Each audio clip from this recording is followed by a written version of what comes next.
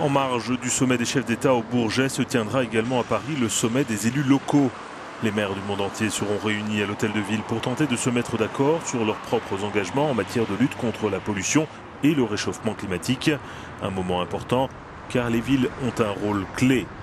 Elles sont responsables de 70% des émissions mondiales de dioxyde de carbone. Les objectifs affichés de la COP21 des villes, c'est la réduction des émissions annuelles de CO2 de 3,7 gigatonnes d'ici 2030, la généralisation des énergies 100% renouvelables d'ici 2050. Lutter contre la pollution des villes, c'est avant tout trouver des alternatives aux transports polluants, responsables d'une large part de la pollution atmosphérique. Vider progressivement les villes de leurs véhicules polluants et les remplacer par des transports verts.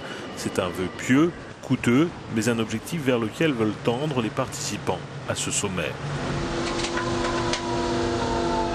On estime, selon un rapport de l'Organisation mondiale de la santé, que 9 citadins sur 10 dans le monde vivent dans un environnement avec une qualité de l'air dégradée.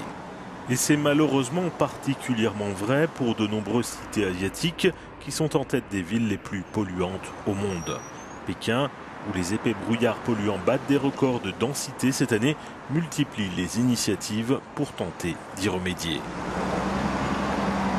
Déjà ce mercredi, une vingtaine de villes du monde, dont Paris, ont signé une promesse d'engager 10% de leur budget à des actions de résilience, soit un engagement qui avoisine 5,2 milliards de dollars.